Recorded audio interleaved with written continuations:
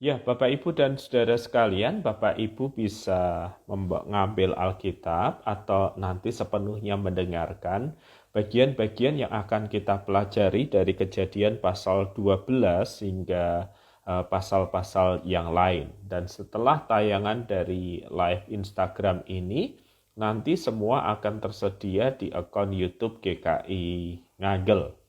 Jadi kalau saya memutuskan untuk memilih tokoh-tokoh tertentu yang darinya kita bisa belajar sesuatu, yaitu tokoh-tokoh perjanjian lama. Seringkali tokoh-tokoh perjanjian lama tidak dilirik karena kita merasa sudah ada perjanjian baru gitu ya. Ngapain kita ngelihat dinamika hidup tokoh-tokoh perjanjian lama.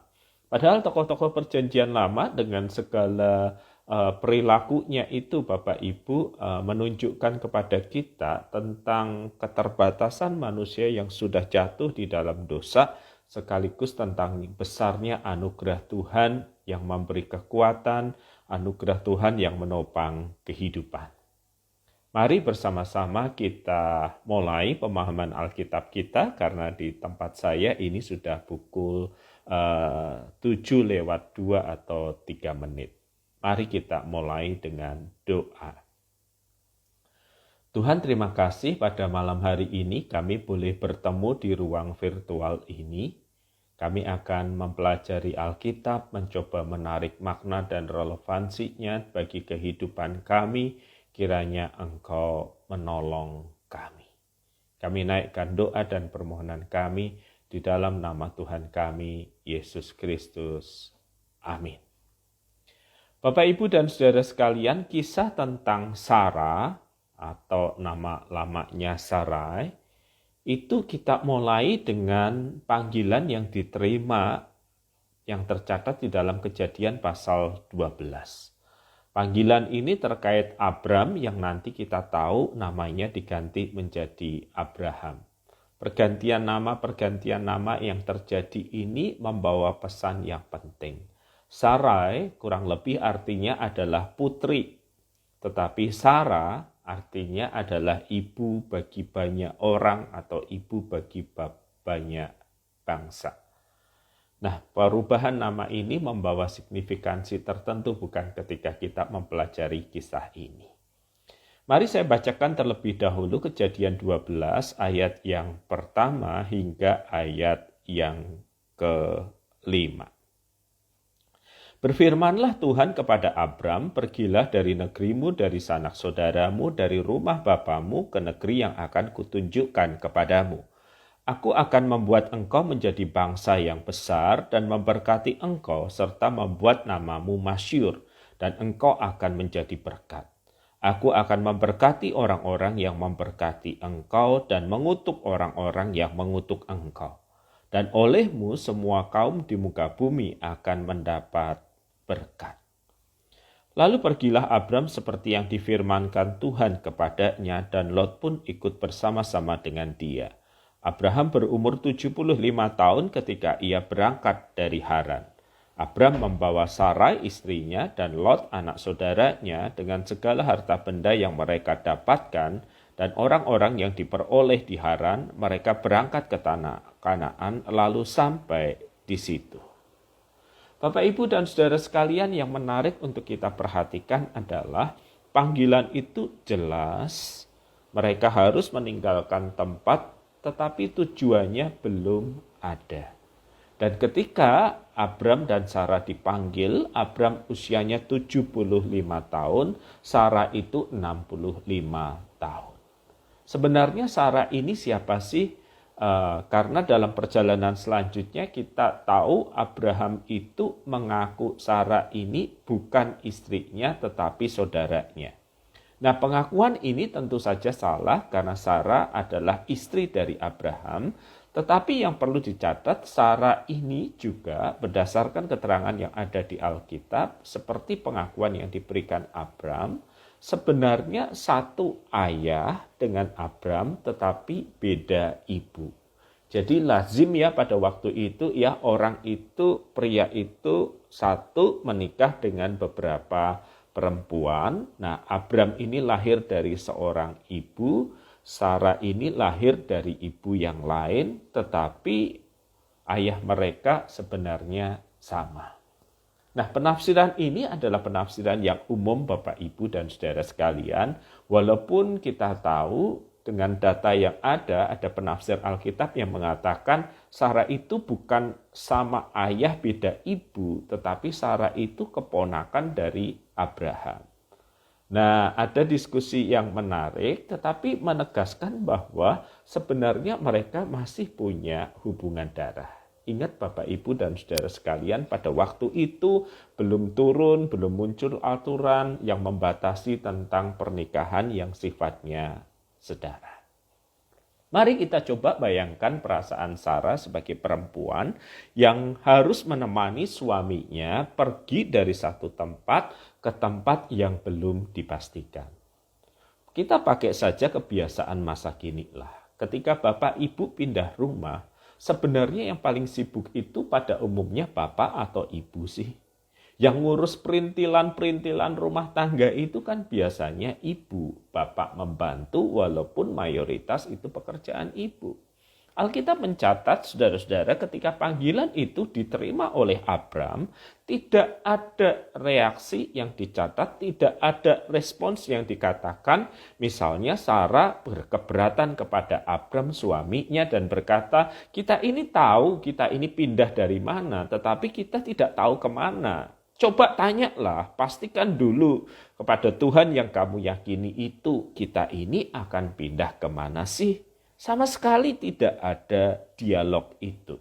Yang dicatat di dalam Alkitab adalah Abram membawa Sarai istrinya dan Sarai mengikut saja dalam sebuah perjalanan yang kita tahu juga tidak mudah. Karena Alkitab mencatat Sarah itu berpenampilan elok, 2 kali kejadian dia akan diambil menjadi istri penguasa waktu itu. 2 kali kejadian pula Abraham tidak berkata jujur tentang identitas Sarah, tetapi 2 kali kejadian pula Tuhan itu berintervensi di dalam kehidupan Sarah. Jadi kita bisa melihat satu sisi yang tidak sering dipercakapkan, bahwa sebagai seorang istri, dia melakukan apa yang menjadi tanggung jawabnya, menemani perjalanan suaminya dari satu tempat yang dia tahu pasti harus pergi, tetapi kemana tidak tahu. Sarah juga mempertaruhkan hidupnya karena kecantikan yang dia milikinya. Dia kan diinginkan oleh raja lain, sementara Abram cuci tangan memberi kesaksian yang palsu, yang tidak benar, bahwa ini bukan istriku tetapi ini adalah adikku. Seorang perempuan yang berkorban untuk menemani suaminya, seorang perempuan yang harus berhadapan dengan resiko yang berat atas dirinya, bahkan ketika sang suami itu lepas tangan. Perhatikan kalimat yang ada ya. Kejadian 12 ayat yang ke-14, sesudah Abram masuk ke negeri Mesir, orang Mesir itu melihat bahwa perempuan itu, maksudnya Sarah, sangat cantik. Dan ketika punggawa-punggawa Firaun melihat Sarai, mereka memuji-mujinya di hadapan Firaun, sehingga perempuan itu dibawa ke istananya. Firaun menyambut Abram dengan baik karena mengingini perempuan itu. Tetapi dia kena tulah. Dan setelah kita kena tulah, Firaun memanggil Abram serta berkata, apa yang kau perbuat ini terhadap aku? Mengapa tidak kau beritahukan bahwa dia istriku? Mengapa kau katakan dia adikku sehingga aku mengambilnya menjadi istriku? Sekarang inilah istrimu, ambillah dan pergilah. Bayangkan seorang perempuan yang harus berhadapan dengan resiko ketika sang suami berbohong tentang statusnya. Bapak Ibu coba bayangkan deh kalau peristiwa itu terjadi di masa kini.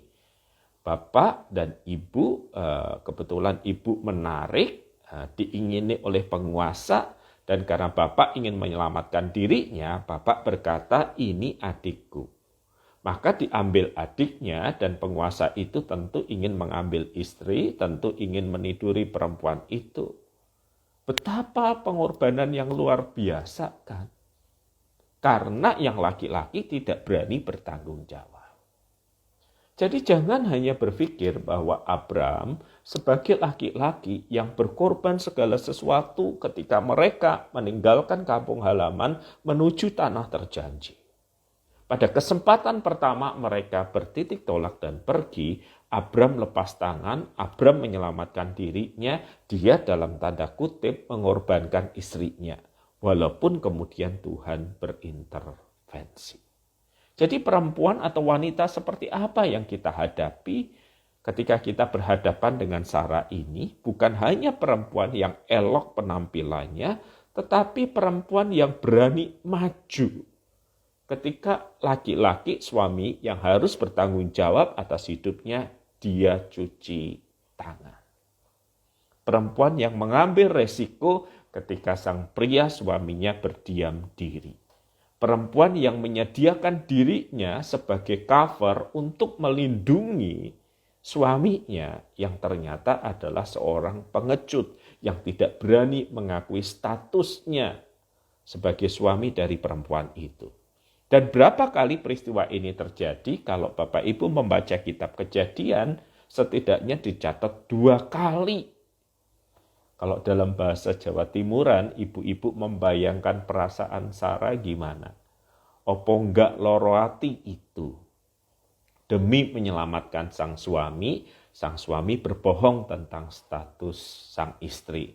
Sang istri berhadapan dengan keinginan para penguasa yang menginginkan tubuh dan dirinya. Oke, Tuhan berintervensi, tetapi kita jadi tahu perempuan macam apa dia, seorang perempuan yang tangguh dan kuat berhadapan dengan kesulitan, sementara yang laki-laki melarikan diri. Jadi saya ingin kita melihat Sarah dalam perspektif yang lebih utuh. Bukan hanya bagian dari kehidupannya nanti yang kita bahas ketika dia melakukan hal yang kurang tepat, tetapi ini jelas adalah perempuan pemberani. Ketika sang suami tidak mengakuinya, dia berhadapan dengan bahaya seorang diri. Jadi dia adalah seorang perempuan berani ketika sang laki-laki tidak bertanggung jawab untuk kehidupannya. Umur berapa Sarah dipanggil? Kita tadi sudah membahasnya, umurnya adalah 65 tahun. Bapak Ibu bayangkan umur 65 tahun mendengarkan janji yang diterima oleh suaminya bahwa dia akan punya anak. 65 tahun. Nah, kalau kita fast forward bergerak cepat, umur berapa Ishak itu dilahirkan? Kehamilan itu dimulai umur 90 tahun. Apa yang mustahil menurut hitungan manusia ternyata bisa terjadi. Tetapi Bapak Ibu bayangkan 65 tahun terima janji itu, 90 tahun hamil. Berarti ada selisih 25 tahun untuk menanti janji Tuhan itu tergenapi. Di usia yang tidak muda. Maka make sense enggak? Masuk akal enggak kalau kemudian dalam tahun yang ke-10 setelah janji atau panggilan pertama itu, Sarah merasa barangkali janji ini tidak untuk saya. Barangkali janji ini tidak lewat saya. Barangkali yang lebih masuk akal adalah lewat salah satu pembantunya dan namanya Hagar. Dan Alkitab mencatat bahwa ketika sudah 10 tahun berlalu dan belum ada tanda-tanda kehamilan dengan diri Sarah itu, kemudian Sarah itu memberikan Hagar. Kejadian 16 ayat 1-2 berkata, adapun Sarai, istri Abram itu tidak beranak. Ia mempunyai seorang perempuan orang Mesir namanya Hagar. Berkatalah Sarai kepada Abram, engkau tahu Tuhan tidak memberi aku melahirkan anak. Karena itu hampirilah hambaku itu, mungkin oleh dialah kamu dapat memperoleh seorang anak. Abram mendengarkan perkataan Sarai. Dan kemudian memberikan Hagar, peristiwanya terjadi 10 tahun setelah tinggal di Kanaan. Jadi setelah 10 tahun menanti, Sarai mungkin berpikir bahwa ini bukan lewat aku, tetapi lewat orang lain. Dan kalau lewat orang lain, maka saya cariin jalan. Dan ketika dia memberikan Hagar kepada Abram, uniknya Abraham menerima saja, mendengarkan perkataan istrinya.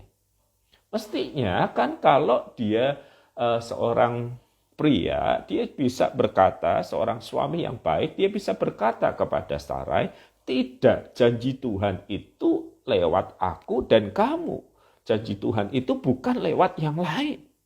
Kenyataan bahwa dia juga kemudian Abram juga menerima Hagar menunjukkan bahwa sepenuhnya ini bukan kesalahan seorang istri bernama Sarah. Dia sedang mencari jalan keluar agar janji Tuhan itu tergenapi. Kita boleh menyebutnya dia tidak beriman. Tetapi lihat, ini 10 tahun, belum ada tanda-tanda. Siapa yang tidak gelisah? Pasangan mana yang muda 10 tahun nggak punya anak, barangkali sudah menyerah. Sudah ke dokter nyari pertolongan, barangkali sudah berkata, kayaknya enggak lewat aku deh. Dan pada waktu itu selalu dilihat bahwa kalau nggak punya anak, jangan-jangan problemnya lebih ke arah perempuan, bukan ke arah laki-lakinya. Maka selalu dicarikan perempuan yang lain. Apakah Bapak Ibu tidak bisa melihat bahwa betul ini ketidaktaatan, bahwa betul dia tidak beriman. Kita mungkin dengan mudah mengatakannya demikian. Tetapi jangan lupa ada aspek pengorbanan di sini. Bahwa dia memberikan kepada suaminya perempuan lain. Ini kan semacam sinetron zaman sekarang ya, istri untuk suamiku gitu. Apa enggak cukup melukai hati ketika menyadari aku 75 tahun mungkin tidak punya anak dan janji Tuhan itu barangkali lewat sarana lain. Jadi disodorkanlah Hagar sebagai istri dari Abram. Dan kita tahu selanjutnya dua perempuan ini berkonflik.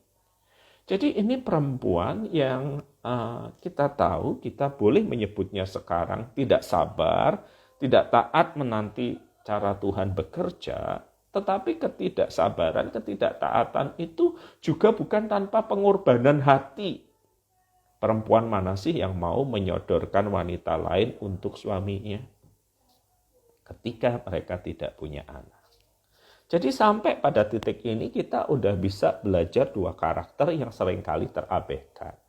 Bahwa Sarah adalah perempuan yang berani mengambil resiko ketika suaminya tidak bertanggung jawab. Sarai juga adalah perempuan yang kita bisa mengatakan dia tidak taat, dia tidak sabar, dia tidak percaya. Tetapi ketika dia memberikan Hagar kepada suaminya, dia juga berkorban perasaan. Demi kehendak Allah itu terjadi atas hidup suaminya. Berapa banyak perempuan yang bisa melakukan hal yang seperti ini? Tentu tidak banyak. Bapak, Ibu, dan saudara sekalian, seringkali kita juga bahkan mungkin lupa ya, bahwa ketika Ibrani pasal 11 menuliskan tentang orang-orang beriman, kita tahu Sarah itu tidak percaya. Tetapi dia dicatat dengan sebuah perspektif yang sangat positif di dalam Ibrani pasal yang ke-11. Ibrani pasal yang ke-11 saya akan bacakan bagi kita. Ibrani 11 ayat 11 dan 12 bunyinya demikian. Karena iman ia juga Abraham dan Sarah istrinya beroleh kekuatan untuk menurunkan anak cucu. Walaupun usianya sudah lewat dari usia melahirkan umumnya. Karena dia menganggap dia yang memberikan janji itu setia. Itu sebabnya maka dari satu orang, malahan dari orang yang telah mati pucuk, terpancar keturunan besar, seperti bintang di langit dan seperti pasir di laut yang tidak terhitung banyaknya. Nah, disinilah perspektif kasih karunia Tuhan itu masuk.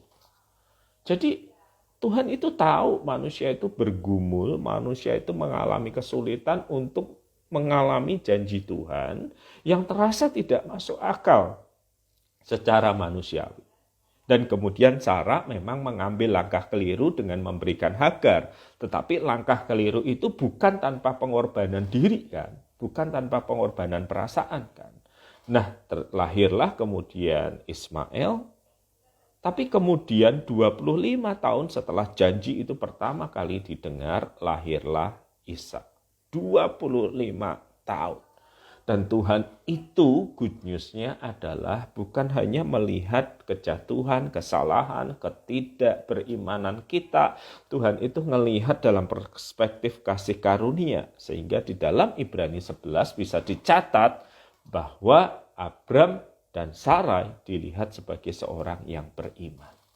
Di dalam ketidaksempurnaan perjalanan mereka, Tuhan itu anugerahnya yang berulang kali menyelamatkan, anugerahnya yang berulang kali menopang perjalanan beriman mereka. Bapak, Ibu, dan saudara sekalian, ada kejadian menarik setelah kemudian Tuhan meneguhkan janji punya anak itu. Kita lihat kitab Kejadian pasal 18. Kejadian pasal 18, saya bacakan dulu bagi Bapak Ibu begini. Kan suatu kali mereka menerima kunjungan dari beberapa orang dan kemudian mereka menjamu orang-orang tersebut. Orang-orang tersebut itu dicatat dalam Tuhan adalah 3 orang yang berdiri itu adalah utusan Tuhan pada waktu itu dipahaminya demikian. Ya, kemudian mereka menjamu, memberikan makanan, memberikan segala macam. Lalu mereka, orang-orang yang utusan Tuhan itu bertanya, "Di manakah Sarah istrimu?" Jawabnya, jawab Abraham, "Di sana di dalam kemah." Dan firman-Nya, "Sesungguhnya aku akan kembali tahun depan mendapatkan engkau." Berarti sudah 24 tahun sejak janji pertama akan mendapatkan anak. Pada waktu itulah Sarah istrimu akan mempunyai seorang anak laki-laki. Dan Sarah mendengarkan pada pintu kemah yang di belakangnya, di belakang orang-orang utusan Tuhan itu. Adapun Abraham dan Sarah telah tua, lanjut umurnya, dan Sarah telah mati haid. Jadi tertawalah Sarah dalam hatinya, katanya, "Akan birahikah aku? Aku sudah layu, sedang tuanku sudah tua." Ini tertawa dalam hati loh, nggak ada suara. Kan di dalam hati kita bisa ketawa kan, tidak ada suara. Lalu berfirmanlah Tuhan kepada Abraham, "Mengapa Sarah tertawa dan berkata, sungguhkah aku melahirkan anak sedangkan aku telah tua? Adakah sesuatu apapun yang mustahil untuk Tuhan? Pada waktu yang ditetapkan itu tahun depan aku akan kembali mendapatkan engkau." Pada waktu itulah Sarah mempunyai seorang anak laki-laki. Lalu Sarah menyangkal, katanya, "Aku tidak tertawa sebab ia takut." Tetapi Tuhan berfirman, "Tidak, memang engkau tertawa." Jadi ada semacam tawa yang sangat realistis. Wong dia sudah mati haid, Abraham sudah mati pucuk, begitu bahasa Alkitab yang dipakai. Dari mana akan punya anak? Ada tawa yang pesimis gitu ya. Ada tawa yang nggak percaya sebenarnya ini bisa terjadi. Tetapi uniknya Bapak, Ibu, dan saudara sekalian, anak Abraham dan Sarah itu diberi nama siapa sih? Ishak. Ishak itu artinya apa? Ishak itu artinya tertawa. Kenapa? Nah, Kejadian 21 ayat 5-6 berkata, "Adapun Abraham berumur 100 tahun ketika Ishak anaknya lahir baginya. Berkatalah Sarah, Allah telah membuat aku tertawa. Setiap orang yang mendengarnya akan tertawa karena aku." Lagi katanya, siapakah tadinya yang dapat mengatakan kepada Abraham, "Sarah menyusui anak, namun aku telah melahirkan seorang anak-anak laki-laki baginya pada masa tuanya." Wow. Dari tawa ketidakpercayaan, tawa kepesimisan, tawa berkata tidak mungkin, kini menjadi tawa kegembiraan, tawa yang menjadi tanda beriman bahwa Tuhan itu bisa menggenapkan janjinya. Ketika Abram berumur 100 tahun, 25 tahun mereka menanti janji Tuhan. Sarah waktu itu berumur 90 tahun, kurang lebih ketika dia punya anak. Perjalanan yang panjang, tetapi dari perjalanan panjang itu Tuhan mengubah tawa keraguan menjadi tawa sukacita karena iman.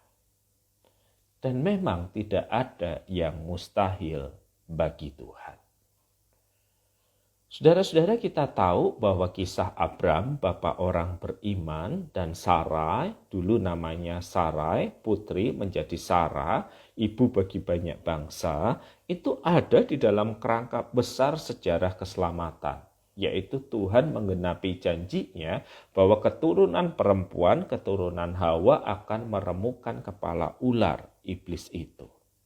Jadi ada gambaran tentang komunikasi yang sangat intens antara Tuhan dengan Sarah, antara Tuhan dengan Abraham.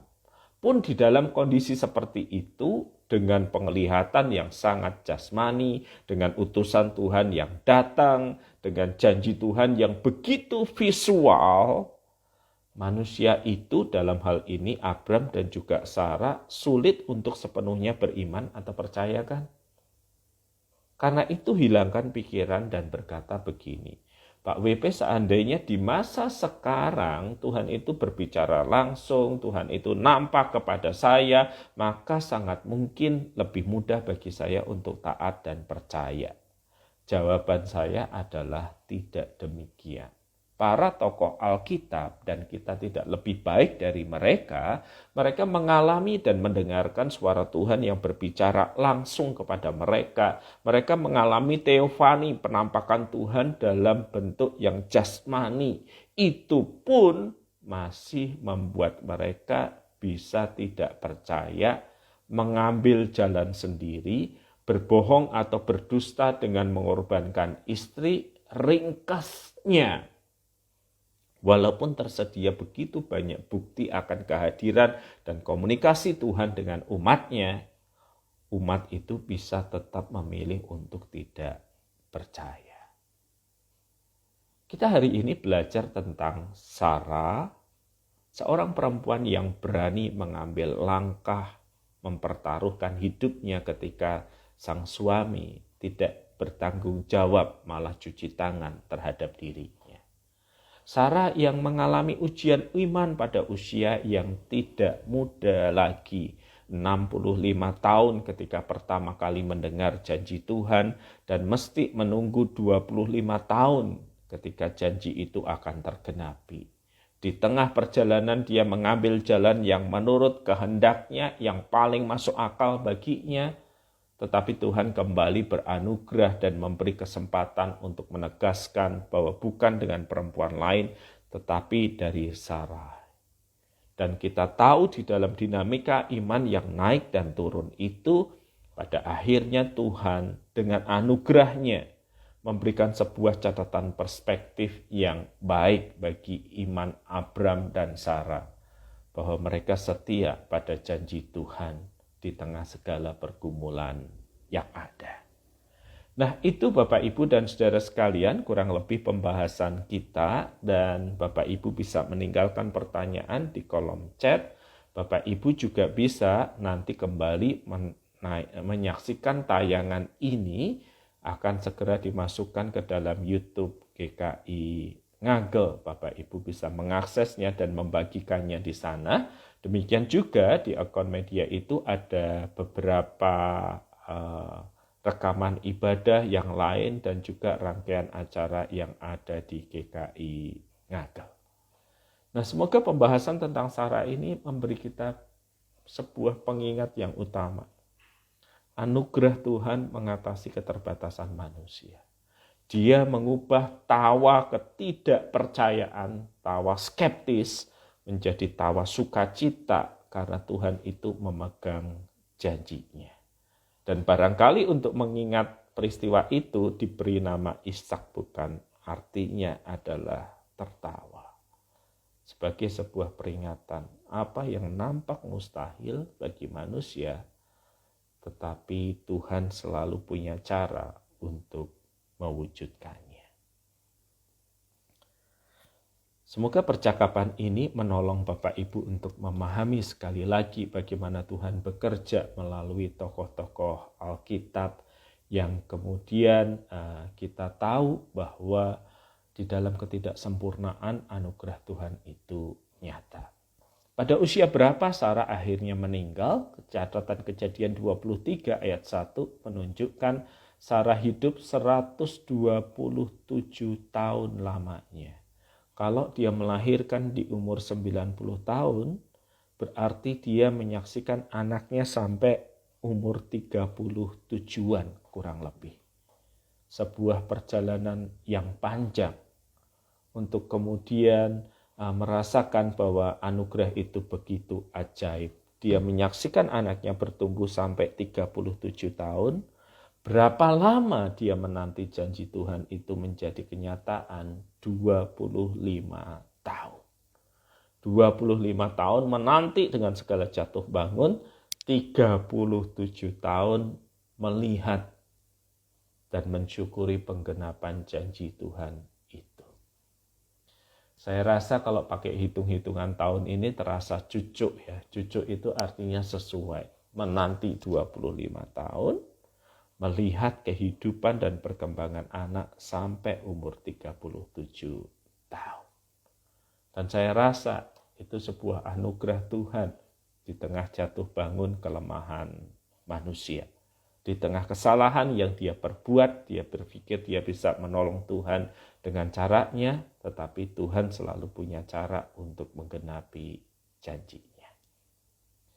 Saya periksa dulu Bapak Ibu di kolom chat apakah ada pertanyaan yang tersampaikan, dan juga barangkali kadang-kadang ada yang nyasar di WA saya, jadi saya juga harus memeriksanya.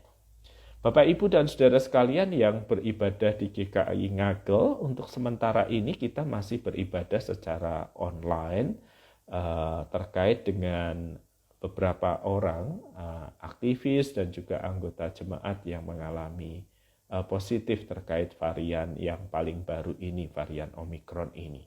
Nanti jika ada perubahan, maksudnya kita kembali onsite, Bapak Ibu bisa mengikuti ibadah. Karena itu silahkan follow, silahkan ikuti akun media sosial GKI Ngagel, tempat kita mengumumkan banyak hal yang bisa kemudian menjadi perhatian yang penting bagi jemaat. Saya akan menanti dulu beberapa saat untuk memeriksa apakah ada pertanyaan yang barangkali masuk. Oke, saya rasa saya sudah memeriksa di WA tidak ada, dan saya memeriksa di chat Bapak Ibu tidak ada. Satu hal Bapak Ibu yang ingin saya tegaskan, satu gambar besar yang selalu harus ada di pikiran kita. Di dalam jatuh bangun manusia untuk mengerti kehendak Tuhan, anugerah Tuhan itu menopang. Anugerah itulah yang menyebabkan manusia bisa mengalami janji Tuhan di tengah jatuh bangunnya. Sehingga kalau kita mengalami penyertaan Tuhan, mohon diingat bukan kuat dan gagah kita, tetapi itu terjadi karena anugerahnya dalam kehidupan kita. Ada pertanyaan yang masuk, Shalom Pak Pendeta, saya mau bertanya seperti Sarah yang mengambil keputusan untuk menyuruh Hagar menjumpai Abram. Lalu bagaimana di masa sekarang kita tahu apa yang menjadi kehendak Tuhan dalam hidup kita? Terima kasih. Saya ingin menjawab pertanyaan dari akun Desti.Tuan ini. Yang pertama, kisah ini terjadi dalam perjanjian lama di mana Tuhan menampakkan dirinya, Tuhan berbicara langsung. Pun di dalam seperti itu manusia tidak percaya. Jadi ketika Sarah mengambil Hagar itu untuk diberikan kepada suaminya, itu Tuhan tidak menyuruh. Itu tanda ketidakpercayaan, ketidakberimanan Sarah, ketidaksabarannya Sarah.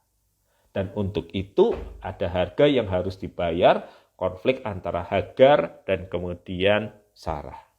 Jadi yang pertama itu yang kita pahami, bahwa mereka ada di dalam rangka sejarah keselamatan Allah, sehingga dari keturunan Abraham dan Sarah lahir juru selamat dunia kelak lewat perjalanan yang panjang. Kalau bagi kita sekarang, bagaimana kita tahu kehendak Tuhan di dalam kehidupan kita? Ada beberapa panduan yang kita bisa pakai. Yang pertama adalah firman Tuhan atau Alkitab yang Tuhan beri. Alkitab mengatakan, menurut kesaksian Daud, firman-Mu itu terang pelita bagi langkah kakiku. Yang pertama adalah Alkitab. Yang kedua adalah suara Roh Kudus di dalam diri kita. Alkitab mengatakan, 1 Korintus menegaskan bahwa jika ada orang percaya Yesus Kristus adalah Tuhan, itu pekerjaan Roh Allah di dalam dirinya. Dan roh yang berdiam di dalam diri kita ini tidak perlu berbicara audible. Dia akan memakai hati nurani kita untuk menyuarakan kehendak Allah. Dari mana saya tahu itu suara hati, dari mana saya tahu itu suara Roh Kudus. Kalau itu suara Roh Kudus, dia akan mengarahkan kita kepada Kristus dan firman-Nya. Jadi kalau misalnya Bapak Ibu emosi, pengen gampar, pengen nampar, tetapi tahu-tahu teringat firman Tuhan bahwa itu tidak baik, itu tidak berkenan, harus mengasihi, maka itu bukan suara hati. Itu suara Roh Kudus yang bekerja melalui hati nurani. Jadi kita dipimpin oleh firman Tuhan, Alkitab secara umum. Secara personal, kita dipimpin oleh Roh Kudus yang diam di dalam diri kita. Dan yang ketiga, kita juga punya komunitas orang percaya, yaitu tubuh Kristus, yang akan memberi pertimbangan tertentu ketika kita mengambil keputusan. Jadi sudah bukan masanya Bapak, Ibu, dan saudara sekalian mencari orang-orang tertentu yang dianggap bisa memberikan kata-kata yang dari Tuhan, nubuatan yang dari Tuhan, dan yang lainnya. Bukan seperti itu, karena pengorbanan Kristus telah menjadikan kita sebagai imam di hadapan Allah. Imamat orang percaya artinya setiap orang itu sekarang bisa berbicara kepada Allah secara langsung. Jadi bagaimana yang menjadi kehendak Tuhan dalam hidup kita yang perlu kita tahu? 1, melalui firman Tuhan. 2, Roh Kudus berdiam di dalam diri kita. 3, lewat komunitas orang percaya. Mari saya pakai pedoman ini misalnya terkait dengan memilih pekerjaan. Pak, dari mana saya tahu pekerjaan ini sesuai dengan kehendak Tuhan atau enggak dalam hidup saya? Pertama, apakah yang kita lakukan bertentangan dengan firman Tuhan atau tidak? Seorang teman merasa tidak sejahtera ketika dia tahu bahwa percetakan tempat dia bekerja juga mencetak materi-materi yang berbau pornografi. Nah, dia sudah pakai takaran pertama, dia ngerasa ini yang saya kerjakan bukan seperti kehendak Tuhan. Dari mana? Dari firman. Dari mana? Dari kegelisahan yang dimunculkan oleh Roh Kudus di dalam kehidupannya. Dari mana? Dari teman-teman yang berkata, ya kamu sebagai anak Tuhan tidak pantas bekerja di situ. Untuk memilih jodoh misalnya, kehendak Tuhan jadi dalam hidup kita sangat jelas. Kita tidak membutuhkan suara yang bersifat audible yang bisa didengar. Kehendak Tuhan itu jelas. Seiman, sepadan, beda gender. Jadi udah jelas kan? Seiman, sepadan, beda gender. Dan kemudian kita juga bisa mendengarkan nasihat dari komunitas orang percaya untuk menolong kita menetapkan pilihan, benar atau tidak. Jadi Tuhan itu tidak bermain teka-teki, Tuhan itu membentangkan kepada kita kehendak bebas, dan sebagai orang percaya kita tahu kehendak Tuhan dari mana? Dari firman, dari Roh Kudus yang berdiam, dari komunitas orang percaya yang hidup dan tinggal di sekitar kita. Jangan mencari suara Tuhan yang audible lewat hamba Tuhan A, B, C, karena verifikasinya menjadi sangat susah. Kalau kebetulan tepat kita mengatakan itu barangkali Tuhan. Berapa kali orang-orang yang dianggap bisa mendengar suara Tuhan audible itu, ternyata yang dikatakan tidak menjadi kenyataan dan orang melupakan begitu saja. Biasanya tentang akhir zaman, tentang kedatangan Kristus kembali, tentang banyak hal. Nubuatan-nubuatan yang tidak tergenapi, tetapi orang melupakan saja. Satu yang mendekati dianggap dia sudah dengar suara Tuhan. Sekarang setelah penebusan Kristus, salah satu keyakinan mendasar kita adalah imamat orang percaya. Setiap orang percaya tidak membutuhkan perantara. Kita berdiri di hadapan Kristus dengan segala anugerahnya yang memberi kita kesempatan untuk berbicara langsung kepadanya. tidak perlu perantara. Kita punya firman, kita punya roh yang berdiam di dalam diri kita punya komunitas orang percaya. Nah, semoga ini menolong kita untuk memahami kehendak Tuhan, bahwa kehendak Tuhan itu bukan misteri, bukan satu titik-titik yang harus kita penuhin. Kalau kita nggak memenuhi titik itu gagal, tetapi di dalam kebebasannya Tuhan memberikan kepada kita koridor untuk berjalan. Dan sepanjang kita tidak melanggar pimpinan Tuhan melalui sabdanya, sepanjang kita berpegang pada suara Roh Kudus yang mengingatkan kita pada firman, sepanjang kita mendengarkan komunitas orang percaya, maka apa yang terjadi adalah hal yang baik. Ada pertanyaan selanjutnya dari Pak Andreas. Dalam zaman sekarang, bila seseorang sudah menikah lama dan belum dikaruniai anak, kemudian adopsi anak atau bayi tabung, apakah itu termasuk juga kurang beriman? Nah, ini pertanyaan yang baik. Dalam perjanjian lama kita tahu begini. Wah, kalau suami Abram dan Sarah ini belum punya anak, yang disalahkan selalu yang mana? Yang perempuan. Sarah juga merasa begitu sehingga kemudian dia mengambil Hagar. Nah, waktu itu kan kita tahu kedokteran belum maju. Yang kedua, perkembangan ilmu kedokteran juga adalah bagian dari karya Tuhan di dalam dunia ini. Sebab Tuhan yang memberikan manusia pertimbangan, Tuhan yang memberikan manusia kecerdasan sehingga manusia bisa mengupayakan segala sesuatu yang terbaik. All truth is God truth. Segala kebenaran adalah kebenaran Allah. Tidak ada kebenaran yang bersumber bukan dari Allah. Jadi kalau kita sakit kepala, kita meminum Panadol, Sumagesik, dan sejenisnya, itu karena kita tahu bahwa manusia yang menciptakan ini adalah manusia yang diberi akal budi oleh Allah. Ini bukan tindakan kurang beriman, tetapi ini adalah tindakan beriman yang mampu melihat cara Tuhan bekerja melalui sejarah dan intelektualitas manusia.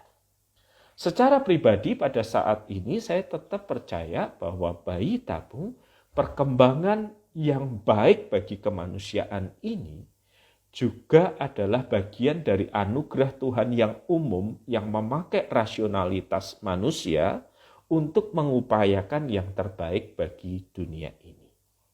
Saya malah mengajak orang untuk mempertimbangkan opsi ini ketika belum punya anak. Mempertimbangkan, artinya mengajak untuk berpikir bahwa ini juga bagian dari cara Tuhan bekerja yang bisa memakai manusia. Akal budi kepintaran juga berasal dari Tuhan. Nah, ini pertanyaan dari Pak Andreas, sudah saya jawab bagian yang pertama, tetapi kemudian bagian yang kedua soal adopsi anak. Nah, adopsi anak ini dalam rangka apa? Kalau adopsi anak dalam rangka bahwa kayaknya sudah tidak mungkin, dan karena tidak mungkin saya mengadopsi anak, bagi saya ini justru tindakan mulia. Ada anak yang lahir dari rahim ibunya, dan kemudian dibuang begitu saja karena tidak lahir dari hatinya. Orang-orang yang mengatakan ini kecelakaan lah, anak-anak yang kemudian bermain melahirkan, anak itu lahir dari rahim tetapi tidak dari hatinya. Tetapi sebagian orang tidak dikaruniai kesempatan untuk melahirkan anak dari rahimnya. Tetapi ia selalu punya kesempatan untuk melahirkan anak dari hatinya. Karena itu adopsi anak juga adalah sebuah tindakan mulia. Kadang-kadang ketika adopsi anak ini ada perspektif budaya yang mengatakan begini. Ini untuk mancing. Ya, jadi kalau saya mengadopsi anak itu dengan harapan nanti saya akan punya anak kandung sendiri. Ini perspektif budaya, bisa benar, bisa enggak, kita bisa mengujinya.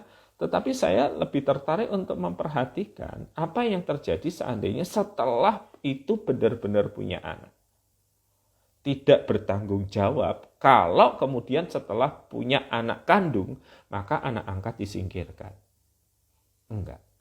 Harusnya setiap adopsi atau anak angkat itu mesti lahir dari hati.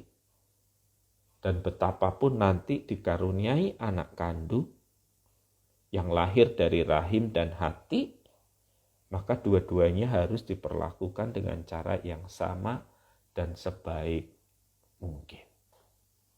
Jadi Pak Andreas dan juga rekan-rekan, saya ingin mengajak kita untuk melihat bahwa Tuhan juga bekerja dengan cara yang ajaib, mujizat yang cepat, begitu saya menyebutnya dalam khotbah beberapa waktu yang lalu. Tetapi Tuhan juga bekerja melalui akal budi yang dicerahkan, perkembangan ilmu dan yang lainnya, dan menikmati hasil perkembangan ilmu untuk kehidupan kita, bukan hal yang bersalah atau berdosa. Termasuk di dalam hal ini perspektif saya terkait dengan bayi tabung. Oh iya Bapak Ibu, jangan lupa ya, sekarang rata-rata semua orang sudah mau vaksin, malah booster, malah ada yang lebih dari 3 kali. Tidak ada lagi atau jarang terdengar suara bahwa kalau ambil vaksin atau booster itu tidak beriman. Ya, walaupun suara-suara seperti itu pernah kita dengar, tetapi sekarang kita lenyap. Pandemi ini juga mengajak kita untuk berpikir ulang bahwa khususnya sebagian orang yang selalu menolak medis, selalu menolak penyembuhan, selalu menolak kesehatan yang berasal dari obat-obatan itu, untuk melihat bahwa Tuhan itu bekerja melalui itu. Ada pertanyaan, saya harap pertanyaan yang terakhir ya, karena waktunya terbatas. IG itu memberi batasan kepada kita 1 jam, saya butuh kurang lebih 3-4 menit untuk mengesipnya. Shalom Pak Pendeta. Dalam memperjuangkan cita-cita, dari mana itu kita tahu bahwa itu sesuai atau kita disertai oleh Tuhan? Nah, saya mau jawab pertanyaan ini dengan konkret, dengan sangat spesifik. Tuhan itu mengaruniakan kepada kita kehendak bebas. Dia tidak menetapkan bahwa si X akan jadi begini, mau tidak mau si X akan jadi orang seperti ini. Kalau dia melakukan itu dan memaksakan itu kepada manusia, maka manusia tidak punya kehendak bebas.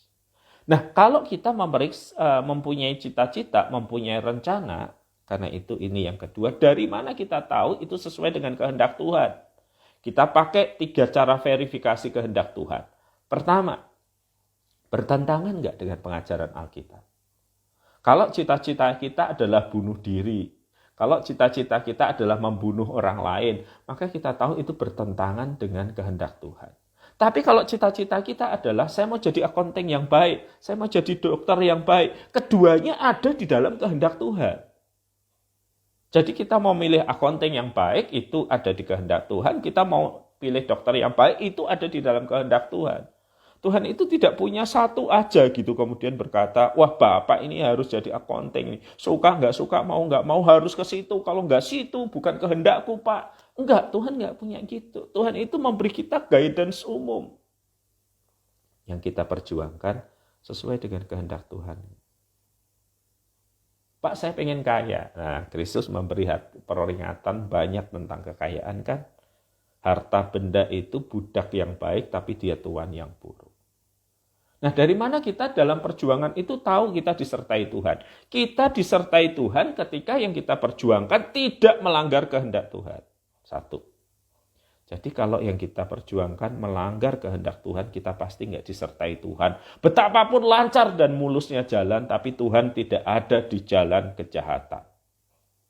Jadi jangan berdoa dan berkata, saya mau balas dendam kepada orang yang menyusahkan keluarga saya, Pak. Doakan Tuhan beri kelancaran supaya saya bisa membalas dendam. Enggak, itu di luar kehendak Tuhan. 2. Ciri bahwa itu disertai Tuhan adalah Roh Kudus akan terus berkarya untuk menjaga. Dalam pengejaran cita-cita itu kita tidak pakai cara-cara di luar kehendak Tuhan. Ambil contohlah misalnya tes CPNS gitu ya. Menjadi calon pegawai negeri sipil itu hal yang baik. Itu ada di dalam kehendak Tuhan. Itu berbakti kepada Tuhan melalui negeri. Tapi cita-cita yang baik diperjuangkan dengan cara yang tidak baik, tidak jujur, nyogok, dan yang lainnya. Kita tahu itu tidak ada di dalam kehendak Tuhan. Jadi cita-cita yang disertai Tuhan itu cita-cita satu yang sesuai dengan kehendaknya, dua yang diperjuangkan dengan cara-cara yang sesuai dengan kehendak Tuhan. Apapun itu kalau tidak bertentangan dengan firman, apapun itu kalau diperjuangkan dengan cara yang sesuai firman, kita disertai Tuhan. Walaupun disertai Tuhan bukan jaminan semuanya mudah atau gampang. Justru ketika Anda punya cita-cita yang baik, mengerjakan hal yang baik, maka ada orang di luaran yang tidak gembira dan bisa jadi menjegal Anda. Berapa banyak orang yang saya dengar berkata begini sih ke saya. Ini loh Pak, saya memang tidak mampu menjilat. Jadi cita-cita saya untuk naik pangkat tidak terwujud. Teman saya yang pintar menjilat yang dapat. Cita-cita naik pangkat adalah hal yang baik, wajar, manusiawi. Tetapi kalau harus dengan cara menjilat, maka kita tahu ada kekeliruan yang serius. Pasti Tuhan tidak menyertai. Tetapi yang hidup benar itu belum tentu mendapatkan cita-cita itu kan? Karena kita hidup di dalam dunia yang sudah jatuh di dalam dosa. Jadi jangan mengukur penyertaan Tuhan dengan keberhasilan atau tidak. Kalau berhasil pasti Tuhan sertai, kalau enggak berhasil Tuhan enggak sertai. Tunggu dulu. Bisa jadi orang itu berhasil karena mengambil jalan di luar dari kehendak Tuhan dan Tuhan tidak menyertainya. Jangan memakai keberhasilan sebagai ukuran bahwa itu sesuai dengan kehendak Tuhan. Kalau gitu ukurannya apa Pak? Ukurannya adalah ketaatan. Dan kita dipanggil untuk taat dan bukan untuk berhasil, apalagi berhasil dengan melakukan segala cara. Terima kasih Bapak, Ibu, dan Saudara sekalian. Saya terpaksa mengakhirinya, sudah kurang lebih 5 menit, karena saya membutuhkan waktu untuk merekamnya. Bapak Ibu nanti bisa melihat di akun Instagram GKI Ngagel ataupun YouTube GKI Ngagel. Mari kita berdoa. Tuhan, kami bersyukur untuk malam hari ini. Kami belajar untuk melihat bagaimana Tuhan bekerja, sekaligus mengalami tuntunan Tuhan di dalam hidup kami. Tuntunan lewat sabda Tuhan, tuntunan lewat Roh Kudus yang berdiam di dalam diri kami, dan tuntunan melalui komunitas orang percaya, yakni gereja. Terima kasih ya Tuhan, tuntun kehidupan kami dari sekarang sampai selama-lamanya. Amin. Saya akan akhiri Bapak Ibu, Tuhan memberkati kita.